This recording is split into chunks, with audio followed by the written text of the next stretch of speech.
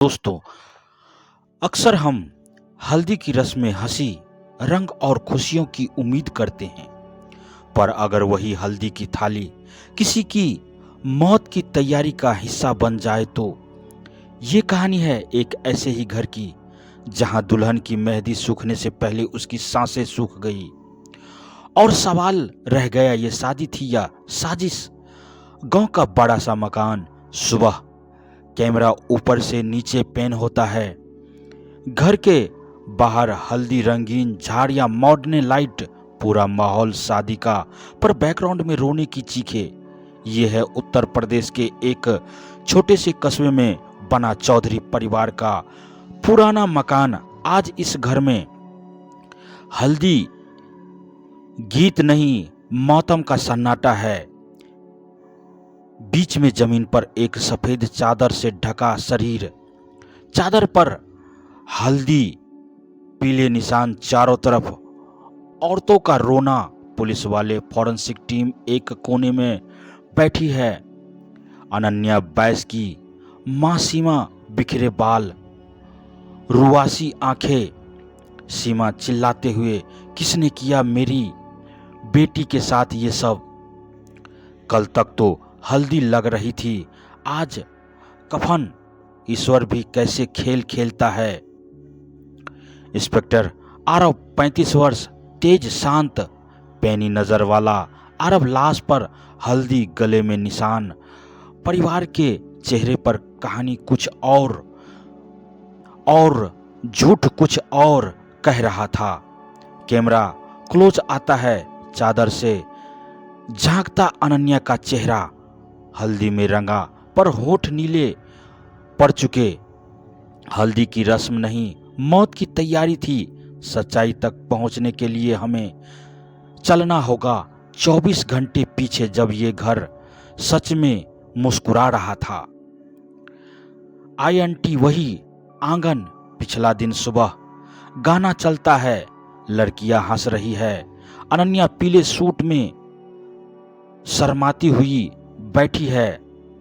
आसपास सहेलियां और चाची, माला, बुआ आदि। माला, चाची, अरे देखो तो, हमारी अनन्या को कल तक गुड़िया थी, आज दुल्हन बन बैठी। प्लेट में हल्दी घोल रख रही है सास पांडा देवी, 45 वर्ष, नजरें ठंडी, बनावटी मुस्कान। पांडा मीठे स्वर में, बहू आज से तू इस घर की लक्ष्मी है, हमारा मान रखना। चुपचाप खड़े हैं रिश्तेदार और अनन्या का होने वाला पति रोहित, 28 वर्ष, स्मार्ट, पर आंखों में अजीब सा डर, कन्फ्यूजन। अनन्या की सहेली रितु मुस्कुराकर, दीदी जीजाजी तो बड़े सीधे लग रहे हैं, कितना कम बोलते हैं। अनन्या हल्की मुस्कान पर आंखें कुछ कहती है। कुछ बातें कम बोलने वाले लोग सबसे ज्यादा छुपाते हैं रितु। अनन्या और रोहित की आंखों का बदलता भाव, हर खुशी चेहरा हमेशा खुश हो ये जरूरी नहीं। अनन्या है के मुस्कुराते होठ उसके डर को छुपाने की कोशिश कर रहे थे। INT अनन्या का मायका कमरा। 2 दिन पहले अनन्या और उसकी मां सीमा बातें करती हुई। सीमा, बेटा, चौधरी जी का घर है, अच्छा घर है, इज्जतदार लोग हैं, तेरे पापा की नौकरी गई, कर्ज है, ये रिश्ता भगवान की देन है।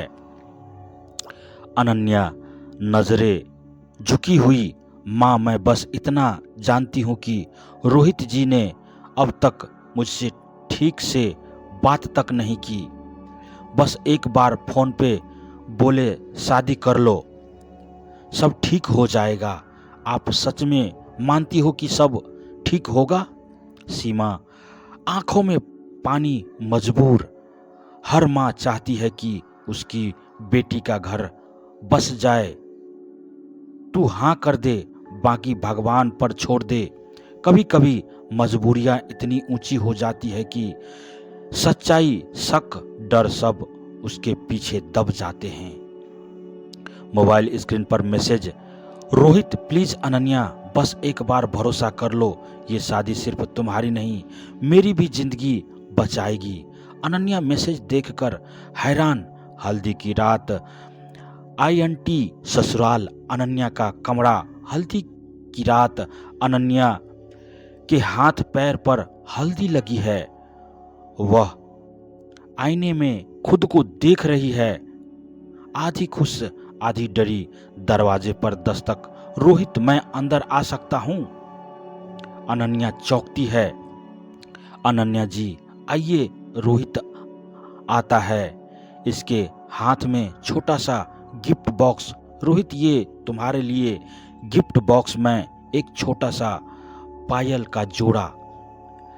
अनन्या हल्का सा मुस्कुराते हुए, थैंक यू, लेकिन मुझे आपसे एक बात पूछनी है।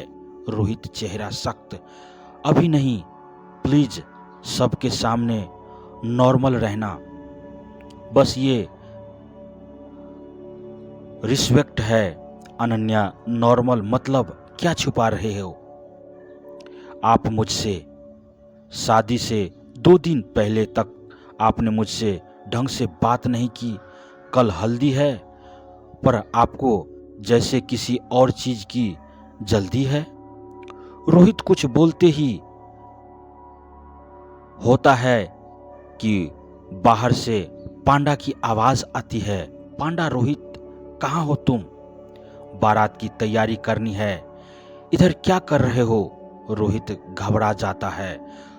रोहित धीमे स्वर में, अनन्या बस एक रात सब ठीक हो जाएगा, तुम बस मेरी बात मानो। वो हल्दी से कमरे से निकल जाता है।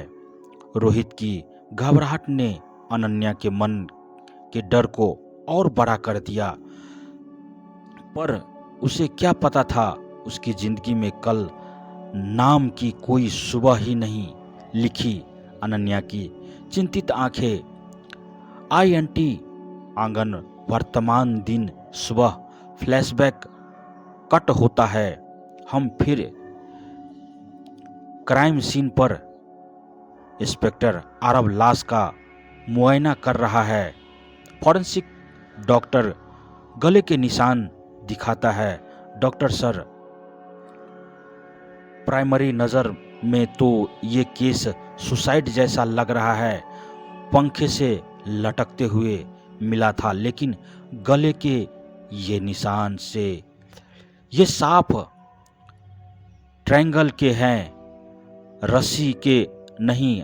आरव भोहे चढ़ाते हुए, मतलब उसे पहले गला घोटा गया, फिर सुसाइड जैसा दिखाने की कोशिश की गई। डॉक्टर और सर, एक और बात, शरीर पर हल्दी के निशान है, पर शादी की रस्म बाकी नहीं हुई, कुछ तो बीच में ही रुक गया है। एक तरफ हल्दी, दूसरी तरफ मौत, दोनों के बीच फंस गई थी अनन्या की आखिरी रात। INT हॉल, पुलिस इन्वेस्टिगेशन, सारे परिवार वाले बैठे हैं। सास पांडा, ससुराल राजेश चौधरी, पति रोहित, ननद स्वाति, कुछ रिश्तेदार। आरव, किसने देखा लाश सबसे पहले?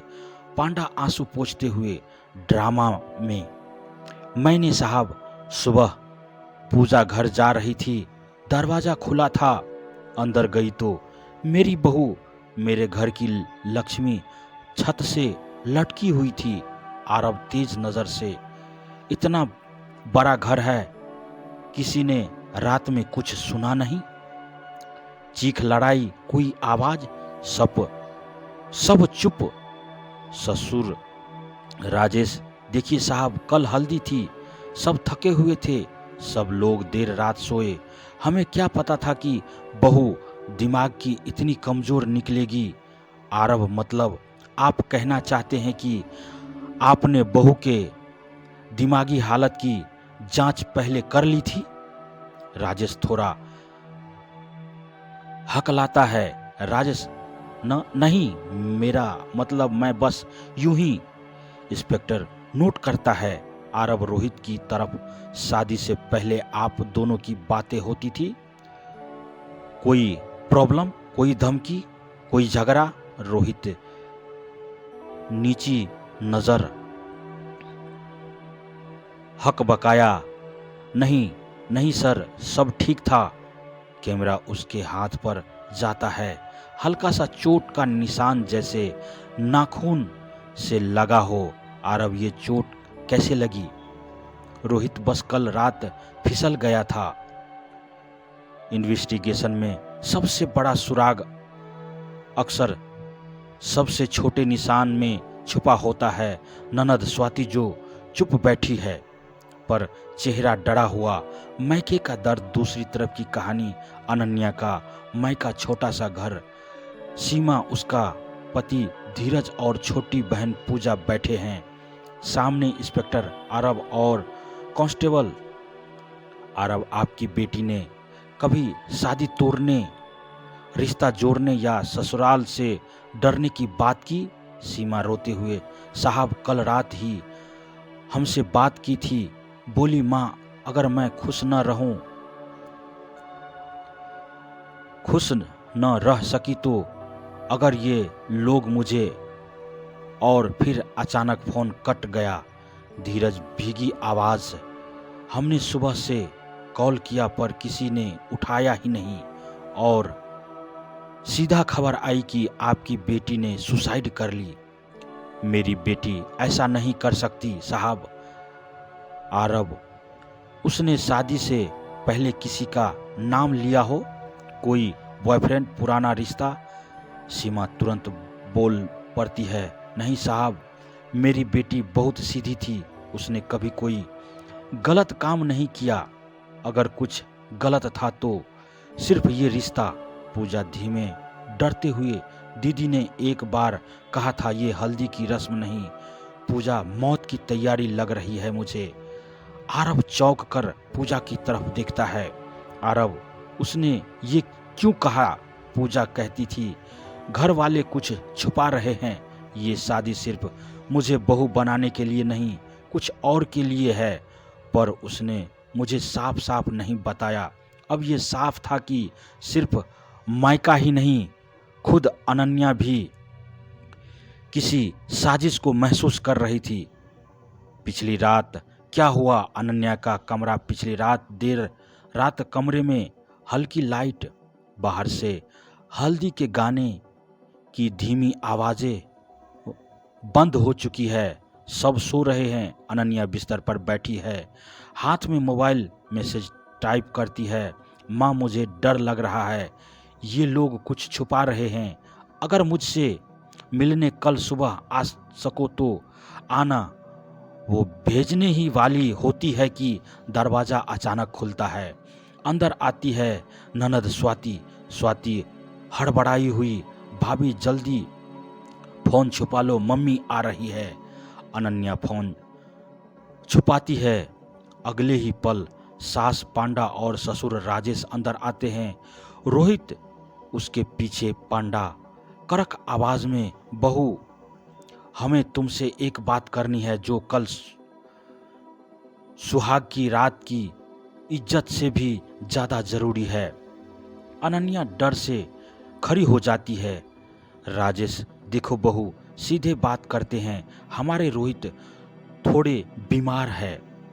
अनन्या कंफ्यूज, बीमार? कैसी बीमारी?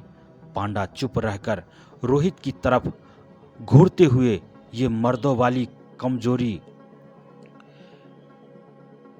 के बाद अगर बच्चा न हो पाया तो समाज हमें ताने देगा। इसलिए ये शादी हम सिर्फ प्यार से नहीं, एक समझौते की तरह कर रहे हैं। अनन्या के चेहरे का रंग उड़ जाता है। अनन्या, मतलब ये बात आपने पहले क्यों नहीं बताई? मुझे क्यों नहीं बताया गया? राजेश सख्त, क्योंकि अगर बात बता देंगे तो तुम ना कर देती। और सुनो, हमारी एक शर्त है, अगर 1 साल के अंदर बच्चा नहीं हुआ तो हम तुम्हारे मैके से 2 गुना दहेज मांगेंगे, वरना अनन्या के आंखों में आंसू, वरना पंडा थके स्वर में, वरना ये हल्दी की रस्म तेरे लिए आखिरी रस्म साबित होगी। कमरे में सन्नाटा। अब तस्वीर साफ होने लगी थी। ये शादी रिश्ते से ज़्यादा सौदा थी, और सौदे में अगर शर्तें पूरी न हो तो जिसे सबसे कमज़ोर समझा जाता है उसको कुर्बानी बना दिया जाता है। अनन्या गुस्से में और दर्द से कांपती है। अनन्या, आप लोग मुझे धमका रहे हैं। मुझे इंसान नहीं, बच्चा पैदा करने की मशीन समझा है। रोहित के आंखों में पानी। पर चुप अनन्या, प्लीज बात बढ़ाओ मत। अनन्या चिल्लाकर, आप भी शामिल हो इस सब में। रोहित जी, आपने मुझे मैसेज में लिखा था ये शादी हमारी जिंदगी बचाएगी। किसकी जिंदगी? आपकी या आपकी माँ बाप की? लालच की। अनन्या रोते हुए गुस्से में दरवाजे की तरफ बढ़ती है। पांडा आगे बढ़कर, बहुत हो गया नाटक। कल हल्दी के बाद अगर तूने कोई ड्रामा किया तो याद रखना, तेरा मायका तेरी लाश ही देखेगा। पांडा की आंखों में क्रूरता। कुछ देर बाद आई आंटी, वही कमरा। रात और गहरी हो चुकी। अनन्या अकेली टूट चुकी, पर उसकी आंखों में हार नहीं, गुस्सा है। वो फोन उठाती है, अपनी सहेली रितु को कॉल करती है। रितु फोन पर, हेलो दीदी, कैसे हो? कल हल्दी की फोटो भेजना। अनन्या आंसू संभालते हुए, रितु, अगर मैं कल तक जिंदा रही तो भेज दूंगी। ये लोग मुझे मार सकते हैं। रितु चौंक जाती है। रितु, क्यों दीदी? साफ साफ बताना, क्या हुआ? अनन्या सब कुछ बताने लगती है। दहेज की धमकी, रोहित की बीमारी, सौदे की बात। तभी दरवाजे पर किसी के आने की आहट होती है। अनन्या फुसफुसाकर, रितु बाद में बात करती हूँ। वो कॉल कट कर देती है। पर कॉल ठीक से कट नहीं होता। फोन से थोड़ा ऑडियो जाता रहता है। ये आगे सुराग बनेगा। दरवाजा खुलता है। रोहित थके स्वर में, अनन्या, मैं तुम्हारा कसूरवार हूँ। सब तुमसे छुपाया, पर मैं भी मजबूर था। अनन्या, आपने मेरा भरोसा तोड़ा है। अगर आपको अपनी बीमारी पर शर्म थी तो शादी क्यों की? रोहित, क्यों मैं इस घर में सबसे कमज़ोर हूँ? माँ बाप मेरी कमजोरी का मजाक उड़ाएंगे? मुझे नामर्द कहते हैं। ये शादी उनके लिए मेरा इम्तिहान है। अगर तुमने मना किया तो वो मुझे मार डालेंगे या घर से निकाल देंगे। अनन्या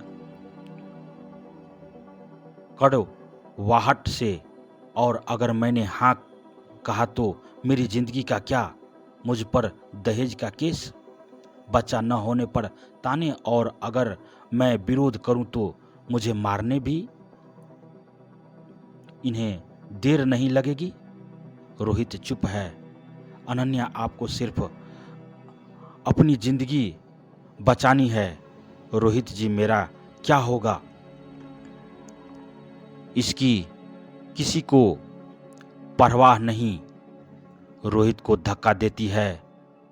उसके हाथ पर नाखून से खरोच पड़ती है, वही जो बाद में पुलिस को दिखती है। उस रात किसी ने रिवॉल्वर, चाकू या जहर इस्तेमाल नहीं किया, लेकिन लालच, दबाव और डर, ये तीनों मिलकर किसी की जान ले ली। काफी होते हैं घर के बाहर लगे हल्दी के फूल हवा में हिलते हुए। रात के लगभग 3 बजे। कमरा अंधेरा है। अचानक दरवाजा धीरे से खुलता है। अंदर आती है पांडा और राजेश। रोहित दरवाजे पर ही खड़ा है। अनन्या सोई नहीं है बल्कि जाग रही है। अनन्या सख्त स्वर में, ये रात भी आप लोगों के लिए कम पड़ गई है, मुझे डराने के लिए? पांडा नकली सहानुभूति नहीं बहू, हमें तो तुम्हें समझाने आए हैं, ये सब तुम्हारे भले के लिए है। बस हमें इज्जत चाहिए समाज में। राजेश, अगर तू शांत रहकर हमारी बात मान लेगी तो सब ठीक रहेगा, नहीं तो। अनन्या सीधे होकर बैठ जाती है। अनन्या, नहीं तो मुझे मेरी हल्दी की रस्में ही खत्म कर दोगे? उसकी बातें सुनते हुए ननद स्वाति भी धीरे से पीछे आकर दरवाजे पर खड़ी हो जाती है। वो अंदर देख रही है पर बोल नहीं पा रही। पांडा अब गुस्से में असली चेहरा दिखाते हुए बहुत ज़्यादा बोलने लगी है। तू याद रख, इस घर में तेरी कीमत सिर्फ तेरे गर्भ से है। अगर तूने हमारी बात नहीं मानी तो हम तेरे मायके वालों पर ऐसा केस कर देंगे कि तेरा बाप जिंदगी भर कर्ज में डूबा रहेगा। अनन्या आंखों में आंसू पर आवाज मजबूत, आप लोग मुझे धमका सकते हैं पर झुका नहीं सकते। कल सुबह मैं अपने मायके चली जाऊंगी, पुलिस में शिकायत करूंगी। ये सुनकर पांडा और राजेश एक दूसरे की तरफ देखते हैं। राजेश ठंडे स्वर में, तो फिर तू हमारे लिए जिंदा नहीं रह सकती। इतना कहकर वह आगे बढ़ता है। अनन्या पीछे हटती है पर पांडा उसका हाथ पकड़ लेती है। कमरे में धक्का मुक्की होती है। रोहित घबराया हुआ पर कमजोर, रोहित, पापा प्लीज, ये क्या कर रहे हो आप? राजेश अनन्या के गले पर दुपट्टा कस देता है। पांडा उसके हाथ पकड़ती है ताकि वो ज्यादा जोर न पड़ा सके। अनन्या संघर्ष करती है, नाखूनों से खरोच लगाती है रोहित के हाथ पर और राजेश की कलाई पर। शोर सुन कर स्वाति के आंसू निकल आते हैं पर वो डर के मारे अंदर नहीं आती। कुछ सेकंड में अनन्या की सांसें थमने लगती है, आंखें खुली की खुली रह जाती है। हल्दी से सना चेहरा, नीला पड़ता गला, उसके लिए ये सब एक समस्या का समाधान था।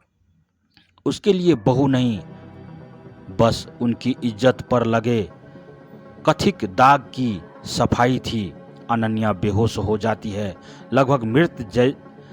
राजेश और पांडा घबराकर दुपट्टा हटाते हैं। राजेश, जल्दी पंखे से लटका दो इसे, पुलिस को लगेगा सुसाइड है। रोहित सन खड़ा है। पांडा चिल्लाकर, रोहित यहाँ खड़े मत रहो, मदद करो। ये मिलकर अनन्या को पंखे से लटका देते हैं, सीन को सुसाइड जैसा बनाते हैं। स्वाति ये सब देख रही है, उसके हाथ कांप रहे हैं, आंसू गिर रहे हैं। इंस्पेक्टर आरव के सामने बैठी है अनन्या की सहेली रितु। रितु सर, मैंने कल रात दीदी का आवाज़ सुनी थी, वो बहुत डरी हुई थी। कॉल अचानक कट गया लेकिन मेरा फ़ोन कुछ सेकंड तक उनकी आवाज़ रिकॉर्ड करता रहा। वो अपना फ़ोन इंस्पेक्टर को देती है। आरव रिकॉर्डिंग चलाता है। आवाज़ में दबी बातचीत, चीखे, दहेज, बेइज्जती, मार देंगे जैसे शब्द साफ सुनाई देते हैं। फिर संघर्ष की आवाज़, किसी के दुपट्टे से दबने की घुट्टी चीख, मम्मी प्लीज जैसी हल्की आवाज़ और फिर खामोशी। आरव, ये तो सीधा सीधा सबूत है, सुसाइड नहीं मर्डर है। कभी कभी आवाज़ भी गवाह बन जाती है और इस बार उस आवाज़ ने अनन्या के लिए इंसाफ की पहली सीढ़ी रख दी थी। INT Chaudhary house hall. दिन पुलिस फिर से पहुंची है। पांडा और राजेश अब भी शॉक्ड, बेबस बनने की एक्टिंग कर रहे हैं। आरव कड़क स्वर में, हमारे पास रिकॉर्डिंग है जिसमें आपकी आवाज़ें हैं, आपकी धमकी है और आपकी बहू की घुटती चीख है। सबके चेहरे का रंग उतर जाता है। राजेश डरकर, ये सब झूठ है, हमें फंसाया जा रहा है। इसी बीच पीछे से स्वाति की आवाज़ आती है। स्वाति कांपती आवाज़ में, नहीं पापा, ये झूठ नहीं है, मैंने सब देखा है। सब स्वाति की तरफ देखते हैं। पांडा डांटते हुए, तू चुप रह, तुझे कुछ नहीं पता। स्वाति रोते हुए, मुझे सब पता है मम्मी, आपने ही तो कहा था बहू ने मुंह खोला तो उसका गला बंद कर देंगे, और आपने वही किया। मैं दरवाजे पर खड़ी थी, सब देखा मैंने। स्वाति अपनी सारी बात पुलिस के सामने रो रो कर बता देती है। कैसे उन्होंने प्लान बनाया, कैसे दहेज की धमकी दी, कैसे गला घोंटा और फिर पंखे से लटका दिया। रोहित टूटकर बोलता है, सर मैं डर गया था, मैंने रोकने की कोशिश की पर मैं कुछ नहीं कर पाया। मैं इनका साथ नहीं देना चाहता, पर मैं गुनाहगार हूँ, मैंने अनन्या को बचाया नहीं। आरव गुनाह सिर्फ करने वाला नहीं, सहने वाला भी करता है। रोहित राजेश गुस्से में उठता है, पर दो कांस्टेबल उससे पकड़ लेते हैं। राजेश सीखते हुए, हमने बस अपनी इज्जत बचाने की कोशिश की, हम इसमें हमारा क्या कसूर। आरव कड़क आवाज में, इज्जत कभी किसी की जान लेकर नहीं बची। जो इज्जत खून से रंगी हो वो इज्जत नहीं, गुनाह की चादर होती है। पांडा, राजेश और रोहित की हथकड़ी लगाई जाती है। स्वाति और गवाह के तौर पर ले जाया जाता है आईएनटी कोर्ट। कुछ महीने बाद जज फैसला सुनाते हुए, जज अभियुक्त राजेश चौधरी और पांडा चौधरी को आईपीसी की धारा 302 के तहत आजीवन कारावास की सजा दी जाती है। अभियुक्त रोहित चौधरी को धारा 306 और 498 ये के तहत 10 साल की सजा अदालत उठती है। सीमा और धीरज के आंखों में आंसू के दर्द भी और थोड़ा संतोष भी कि बेटी को इंसाफ मिला। इंसाफ कभी भी खोई हुई जिंदगी वापस नहीं ला सकता, पर कहीं न कहीं कुछ और जिंदगियों को बचाया सकता है। अनन्या की अस्थियों की डिब्बी नदी में प्रवाहित की जा रही है। उसकी मां सीमा चुपचाप बैठी है। पास में एक छोटी लड़की, किसी और की बेटी, सामने हाथ में हल्दी की थाली लिए मुस्कुरा रही है। शायद किसी और शादी के लिए तैयारी कर रही होगी। सीमा उस लड़की को